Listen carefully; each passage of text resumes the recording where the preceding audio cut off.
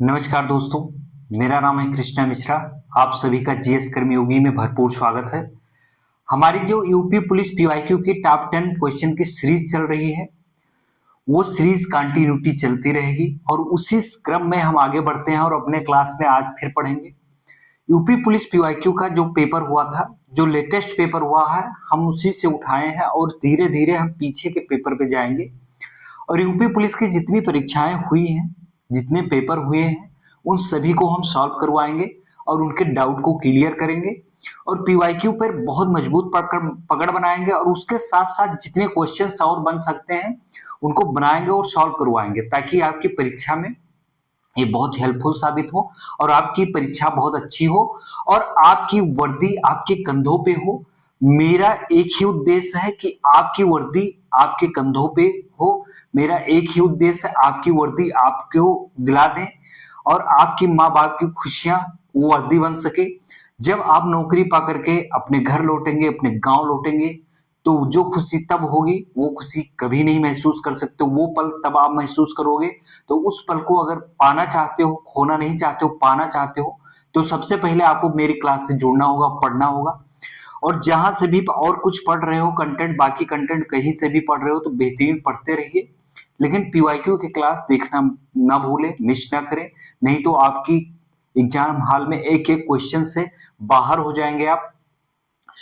Question number में आपको एक एक पॉइंट से बाहर हो सकते हैं, ठीक है। इस बार यूपी पुलिस में माइनस मार्किंग नहीं है, तो इसकी कट ऑफ बहुत हाई जाएगी। पहले बात तो आपके दिमाग में ये होनी चाहिए कि जब माइनस मार्किंग नहीं होगी तो इसकी कट ऑफ जाहिर सी है बात है कि ये ऊपर जाएगी, क्योंकि जीएस आएगा, हिंदी आएगा, रीजनिंग आएगा, मैथ आएगा, इसी चार का खेल है। और जो हिंदी में 100% क्वेश्चन सही कर देगा वो बहुत बड़ा बैलेंस बना देगा। तो हम पीवाईक्यू में पहले जीएस शुरू किए, ठीक है, पेपर वाइज टॉपिक वाइज चल रहे हैं। जो पेपर में पहले जीएस के जितने क्वेश्चंस पढ़े पहले उसको सॉल्व करवाए, उसी पेपर का जो हिंदी पढ़ा है उसको सॉल्व कराएंगे, फिर रीजनिंग सॉल्व कराएंगे। उसके बाद फिर अगले पेपर पे हम पहुंचेंगे, जीएस हिंदी रीजनिंग चलता रहेगा, सारे कंटिन्यूटी सब सब्जेक्ट चलते रहेंगे।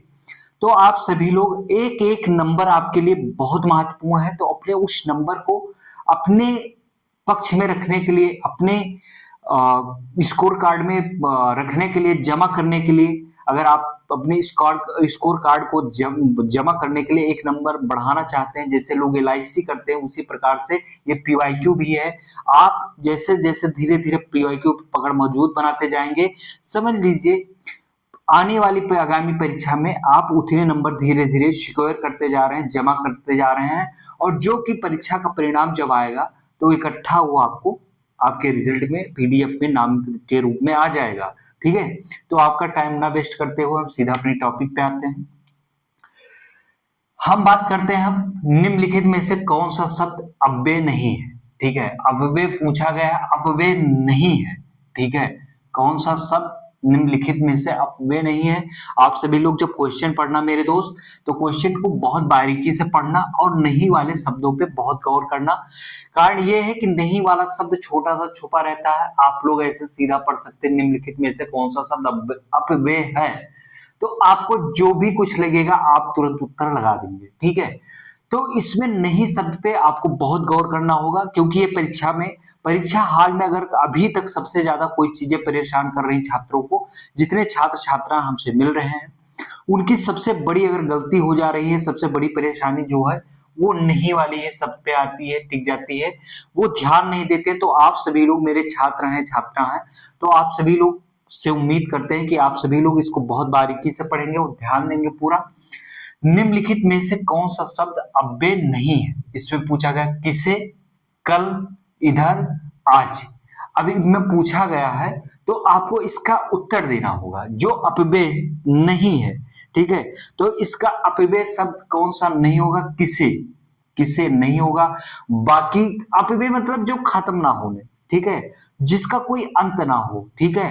अपव्यय कल, कल हमेशा, आज जैसे प्रेजेंट टाइम पे हम आज है, तो आज मान लीजिए 18 तारीख है, 19 को कल, फिर हम 19 में पहुंचेंगे तो फिर आने वाला कल, बीता हुआ कल, ठीक है। ये कल शब्द जो है कभी खत्म नहीं होना वाला है, अव्यय है, जिसकी कोई सीमा ना हो, मतलब जिस शब्द का कोई कभी खत्म ना हो, अंत ना हो, अनंत हो, ठीक है, वो अव्यय हो जाता है। इधर, ठीक है, इधर बात की गई है जैसे कि इधर, तो इधर, इधर मतलब हमेशा आप पर्टिकुलर यूज करेंगे तो इधर यूज करेंगे, ठीक है, हमेशा कर सकते हैं। आज, आज हमेशा जब भी आप प्रेजेंट टाइम पे जिएंगे तो प्रेजेंट टाइम पे, प्रेजेंट टाइम का जो डेज होता है वो आज ही होता है, यानी कि टू डेज होता है, ठीक है। तो इस प्रकार अव्यय कौन सा शब्द नहीं होगा, किसे नहीं होगा, ठीक है। किसे मतलब एक पर्टिकुलर किसी सब्जेक्ट को या किसी पर्सन को बात की जा रही, किसे, तो ये अव्यय नहीं होगा, ठीक है। निम्नलिखित में से कौन से सही तत्सम शब्द का चयन कीजिए। निम्नलिखित में से सही तत्सम शब्द का चयन कीजिए। आपसे पूछा गया है, 4 ऑप्शंस दिए गए हैं, तत्सम, तत्भव। आप लोगों ने पढ़ा होगा, नहीं पढ़ा है तो पढ़ लीजिए। निम्नलिखित में से सही तत्सम शब्द का चयन कीजिए। जो संस्कृत तत्सम वो शब्द होते हैं जो संस्कृत से निकलते हैं और वो संस्कृत के ही रूप में होते हैं, उन्हें हम तत्सम कहते हैं। और जिसका, जो संस्कृत से निकलते हैं उनका वो जो शब्द है वो दूसरे भाव में, वो दूसरा उनका प्रकार बिगड़ जाता है, वो तद्भव हो जाते हैं। तो इस प्रकार ये तत्सम शब्द है। तो इसमें ऑप्शन दिया गया है मधु, खप्पर, जित्यो, थंब। तो इसमें मधुक जो हो, मधु ये संस्कृत से निकला शब्द है, मधुक, ठीक है। तो ये तत्सम होगा। तत्सम शब्द वो शब्द होते हैं, आपके परिभाषा में डायरेक्ट पूछा जा सकता है कि तत्सम शब्द किसे, तत्सम शब्द वो शब्द होते हैं जो संस्कृत से निकलते हैं और संस्कृत उसी के हूबहू जैसे बने रहते हैं, उसे हम तत्सम शब्द कहते हैं। और जो संस्कृत से निकलते हैं उनका आकार प्रकार शब्द का बिगड़ जाता है, वो तद्भव हो जाते हैं, ठीक है। कौन से शब्द हो जाते हैं, तद्भव हो जाते हैं। फिर हम बात करेंगे तीसरे क्वेश्चन नंबर 3 पे आते हैं। महिला जब भाषण दे रही थी उसकी आवाज में आकर्षण था, ठीक है। निम्नलिखित में से कौन सा इस वाक्य में प्रयुक्त आकर्षण शब्द का विलोम नहीं है। मेरे दोस्त, फिर नहीं शब्द का इस्तेमाल कर रहा है, ये आपको कंफ्यूज करने के लिए किया जा रहा है, लेकिन आप बहुत होशियार हैं, बहुत समझदार हैं, आप इस पे बहुत बारीकी से पढ़ के जा रहे हैं, इतना प्रैक्टिस कर लिए हैं आपके पास, तो आपको ये नहीं शब्द नहीं फंसा पाएगा, क्योंकि आप प्रैक्टिस कर रहे हैं। अभी आगे प्रैक्टिस किए, फिर नीचे प्रैक्टिस कर रहे हैं और एग्जाम हॉल में जाएंगे, तो आप अगर यहाँ प्रैक्टिस करके जा रहे हैं, ध्यान देकर जा रहे हैं, तो आपको वहां पे कोई शब्द परेशान नहीं कर पाएगा। जब महिला भाषण दे रही थी उसकी आवाज में आकर्षण था। जैसे कोई महिला आकर्षण भाषण दे रही थी तो उसकी आवाज में आकर्षण था, उसकी आवाज तो है इतनी अट्रैक्टिव थी कि बहुत लोग अट्रैक्टिव होकर आ रहे थे, सुन रहे थे। फिर पूछा गया कि आकर्षण का विलोम नहीं होगा, ठीक है। ये आपको फंसाने के लिए इतना बड़ा क्वेश्चन किया गया है कि जब महिला भाषण दे रही थी उसकी आवाज में आकर्षण था। ये आपको फंसाने के लिए इतना बड़ा क्वेश्चन बनाया गया है कि नहीं तो डायरेक्ट ही पूछा जा सकता था आकर्षण शब्द का विलोम नहीं होगा इनमें से, तो आप डायरेक्ट तुरंत पकड़ ले जाते, लेकिन इसमें आप फंस सकते हैं, तो आप इसको ध्यान से पढ़िएगा, ठीक है। पहला ऑप्शन नंबर दिया गया है विकर्षण। आकर्षण का विलोम विकर्षण होगा मेरे दोस्त, ये गलत नहीं है। आकर्षण का विलोम जो है विपकर्षण नहीं होगा। कौन सा, विपकर्षण नहीं होगा। और आकर्षण का विलोम अपकर्षण भी होगा, आकर्षण का विलोम अनाकर्षण भी होगा। तो ये तीनों आकर्षण के विलोम है और विपकर्षण जो है वो आकर्षण का विलोम नहीं है। फिर इसी प्रकार हम क्वेश्चन नंबर अपने पहुंचते हैं 4th पे। फिर हम बात करते हैं कबीश्वर का संधि विच्छेद क्या है। देखो कबीश्वर का संधि विच्छेद, संधि विच्छेद वेरी इंपॉर्टेंट है। संधि विच्छेद में आप जैसे पढ़ना है, संधि विच्छेद को सॉल्व करना है, तो आप उस शब्द को पढ़िए, फिर ऐसे पढ़िए। कैसे पढ़ना है, कबीश्वर, तो आप पढ़ के देखिए, कबीश्वर, कबीश्वर, कबीश्वर, कभी अश्वर, कभी अश्वर तो होगा नहीं, बिल्कुल गलत होगा। कबीश्वर, बिल्कुल ऐसे पढ़ के देखिएगा, मुंह से अपने चला कर देखिएगा, चाहे मन में ही पढ़िएगा। कबीश्वर, कबीश्वर तो बैठ नहीं रहा है, ये भी गलत हो जाएगा। कवि ईश्वर, भाई ये बैठ तो रहा है, लेकिन अब हमें ये देखना है इन दोनों में अब हम आप फंस गए, ठीक है। तो हमें सबसे पहले ये ध्यान देना होगा कि कवि कैसे लिखा जाता है। कभी जो शब्द लिखा जाता है वो कैसे लिखा जाता है, कौन सा कभी सही होगा, ये वाला कभी सही होगा कि ये वाला कभी शब्द सही होगा। अब यहाँ पे आप बहुत बुरी तरीके से फंस गए। अगर आपको हिंदी सही से लिखनी, आप तुरंत अगर यहाँ पे फंस रहे हैं, तुरंत कभी कलम उठाइए और कभी लिख कर देखिए कभी। ठीक है, आप कभी जब लिखने जाएंगे तो सेम सेम ऐसे लिख देंगे, जैसे एक कभी लिखेंगे आपके दिमाग में तुरंत आ जाना चाहिए कबीश्वर, तो ऐसे लिखा जाएगा कवि प्लस ईश्वर, क्या हुआ कबीश्वर। और ये दीर्घ संधि का है, कौन सी संधि है इसमें, दीर्घ संधि है। ठीक है, दीर्घ संधि है, छोटी ई और प्लस बड़ी ई बनाकर क्या बनाता है, ई, बड़ी ई। ठीक है, क्या हुआ कबीश्वर। तो इसमें कौन सी संधि, पहली बात कबीश्वर में हम जानेंगे कौन संधि विच्छेद क्या है, कवि ईश्वर। ठीक है, फिर ये कौन सी संधि है, दीर्घ संधि मेरे दोस्त। फिर दीर्घ संधि का गुण क्या है, छोटी ई प्लस बड़ी ई मिल करके बराबर बड़ी ई बन गई तो क्या होगी, ई हो गई, ई आ गई तो दीर्घ संधि हो गई। फिर हम बात करते हैं अपने क्वेश्चन नंबर 5 पे आते हैं। किस वाक्य में क्रिया वर्तमान काल में है, यानी कि ये प्रेजेंट टेंस की बात कर रहा है, प्रेजेंट टाइम की बात कर रहा है। ठीक है, किस काल में, किस वाक्य में क्रिया वर्तमान काल में है। आपके पास 4 ऑप्शंस दिए गए हैं। कल वो आने वाले थे, ठीक है, कल वो आने वाले थे, ये पास्ट हो गया मेरे दोस्त। ठीक है, था थी थे जो होता है, जो लोग माइंडसेट बना लिए हैं कि था थी थे हमेशा पास्ट ही होता है, नहीं, ये आप दिमाग से निकाल दीजिएगा, हमेशा पास्ट नहीं होता है। लेकिन यहाँ पे जो बात की जा रही है, आप बचपन से ग्रामर पढ़ते आए हैं तो आपको पढ़ा दिया गया है, जिसमें था थी थे हैं आते हैं लास्ट, जिसमें था थी थे लास्ट में आते हैं वो हमेशा पास्ट टेंस होते हैं। ठीक है, नहीं मेरे दोस्त, ये बिल्कुल गलत है, ये परिभाषा बिल्कुल गलत है, आप अपने दिमाग से निकाल दीजिएगा।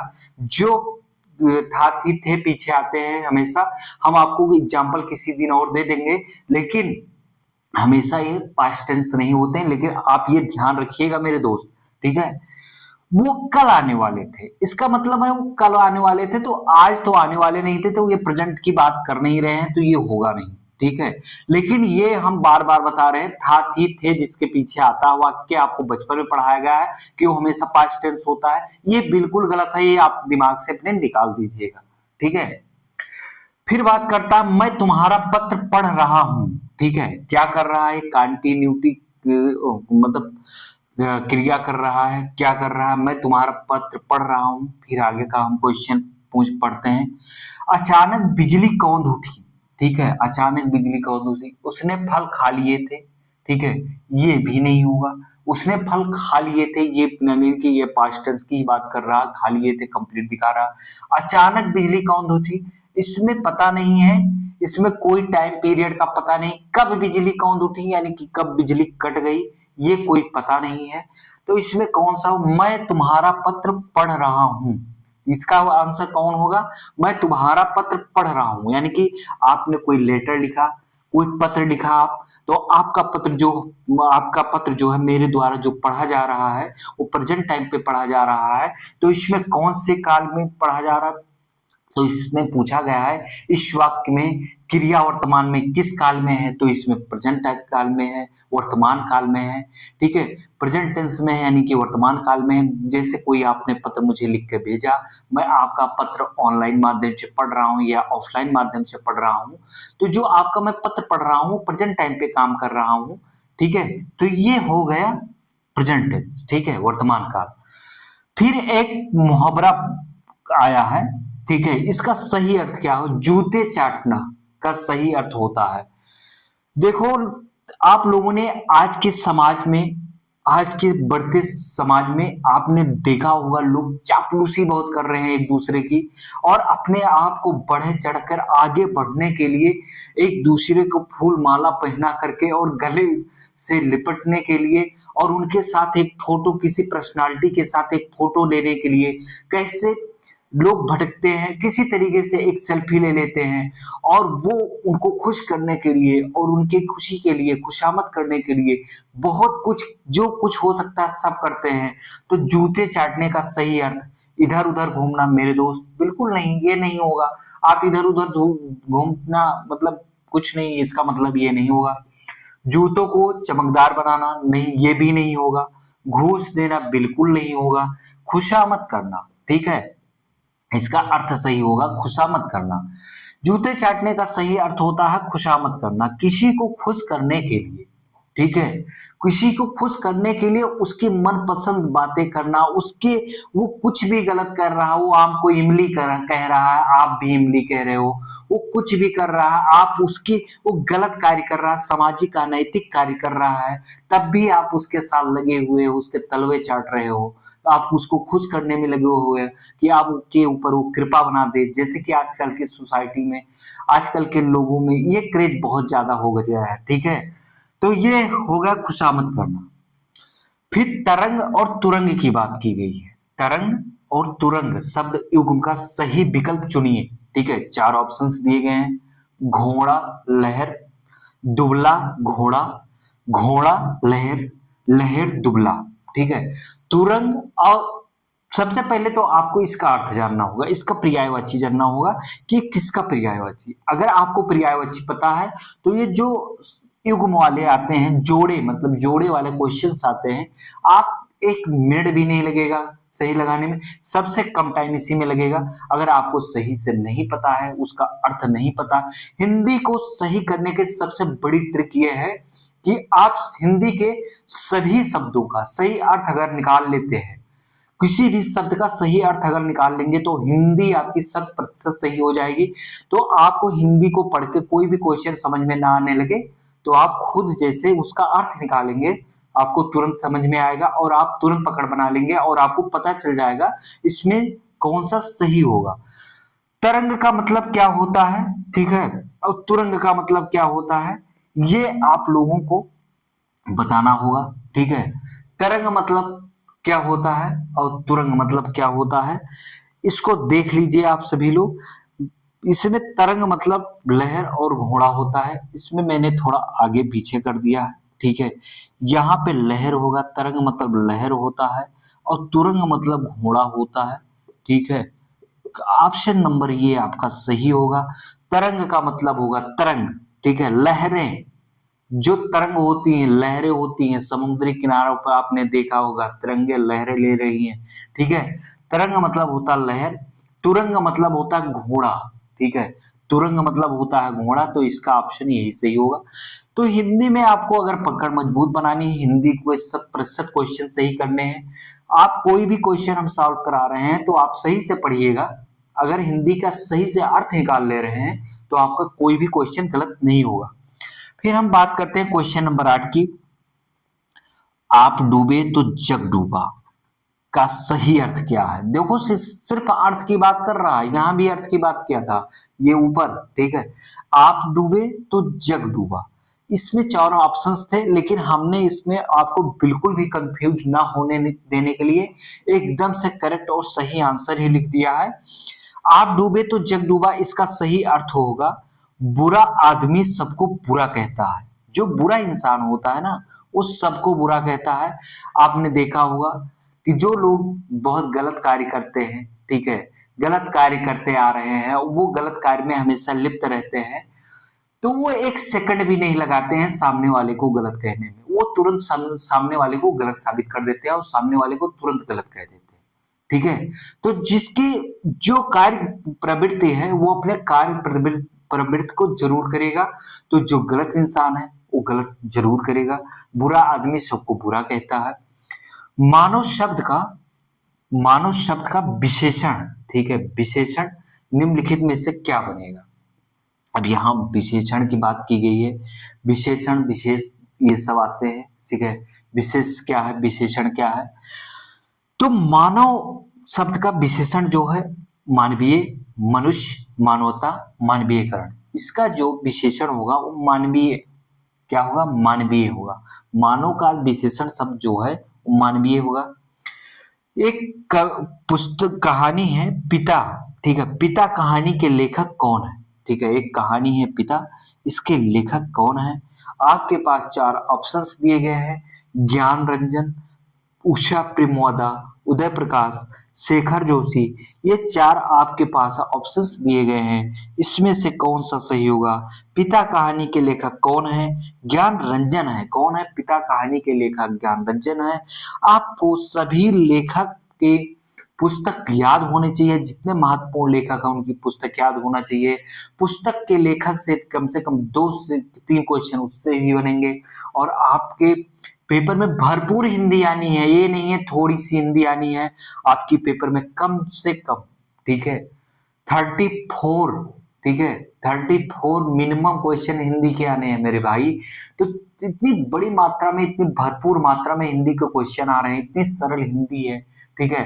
तो हिंदी पे पकड़ मजबूत बनाने के लिए, पढ़ने के लिए जुड़े रहिए और आप पीवाईक्यू सॉल्व करते रहिए, साथ साथ में बुक भी पढ़ते रहिए। हमने बुक बता दिया था, एक कोई अच्छी सी आदित्य प्रकाशन की बुक ले लीजिए या कोई भी तुम्हें जो पसंद आती है, हरदेव वाहिरी की या किसी अन्य लेखक की, जो भी पसंद आए आप ले सकते हैं और ले लीजिए, पढ़िए, मस्ती के साथ आगे बढ़िए।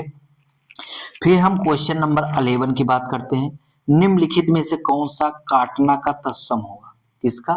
काटना का तत्सम होगा। कटित, कुटित, कर्तन, कटन। इसका होगा कर्तन भाई। इसका तत्सम जो है, संस्कृत भाव जो है वो क्या होगा? जो तत्सम होता है वो संस्कृत से निकलता है, तो संस्कृत ही जैसे बना रहता है रूप आकार में, वो उसी की तरह होता है, उसको हम तत्सम कहते हैं। जिसका भाव, जिसका आकार बदल जाता है उसे हम तद्भव कहते हैं। जो जो बोलचाल की भाषा में, देसी भाषा में हम यूज करने लगते हैं, उसको हम तत्सम कहते हैं। काटना का शब्द का तत्सम क्या होगा? कर्तन होगा। आप सभी लोग मेरे दोस्त अच्छे से पढ़ाई करते रहिए, पीवाईक्यू को देखना ना भूलें और लोगों के पास शेयर करते रहिए और पढ़ाई को अच्छे से कंटिन्यूटी बनाकर जारी रखिए। और ये इस बार ये वर्दी, ये जुनून, ठीक है, इक्स ये वर्दी, ठीक है, इक्स ये वर्दी, सबसे इक्स करिए, ठीक है। किसी और से को पाना है, किसी और से इक्स करना है तो इक्स वर्दी से कर लीजिए, वो आपका इक्स आपको मिल जाएगा। क्या पाना है, क्या खोना है, एक वर्दी को पाना है और सबको पा जाना है, ठीक है। क्या पाना है, क्या खोना वाले की असमंजस स्थिति से बाहर निकले। वर्दी अगर मिल गई तो सबको पाना है। आप नौकरी पाएंगे, परिवार पाएंगे, और आपकी प्रेमिका आपके पास होगी। तो इस तरीके से अपने प्रेमिका को, अपने परिवार, माता पिता के लिए पढ़िए। आप का जब भी पढ़ने का मन ना करे तो आप अपने माता पिता को याद करना, उनकी फोटो देखना और उन ध्यान से उनकी आंखों के देखना, कितने उम्मीद और कितने आशाओं से बैठे हुए रहे हो कि हमारा बच्चा पढ़ रहा है और इस बार उसके कंधों पे वर्दी होगी। तो आप सभी लोग पढ़ाई जरूर करते रहिए और कंटिन्यूटी क्लास में बनाए रखें। अब हम चलते हैं, फिर अगली क्लास में मिलेंगे। तब तक के लिए जय हिंद, धन्यवाद। एक जरूरी सूचना और बता दे रहा हूँ, आप सभी लोग बढ़िया अपडेटेड क्लास देखने के लिए अमेरिका इजराइल युद्ध हो या पाकिस्तान द्वारा अफगानिस्तान पे अटैक जो किया गया, उस सभी को देखने के लिए आप हमारे और वीडियोस जो आ रहे हैं उस पर जुड़े रहेंगे। तो आपको बहुत महत्वपूर्ण और इम्पोर्टेंट सारी खबर मिलती रहेगी टाइम टू टाइम, और आप अपडेट भी रहेंगे, करंट अफेयर से भी अपडेट रहेंगे। तो अब हम चलते हैं। जय हिंद, धन्यवाद।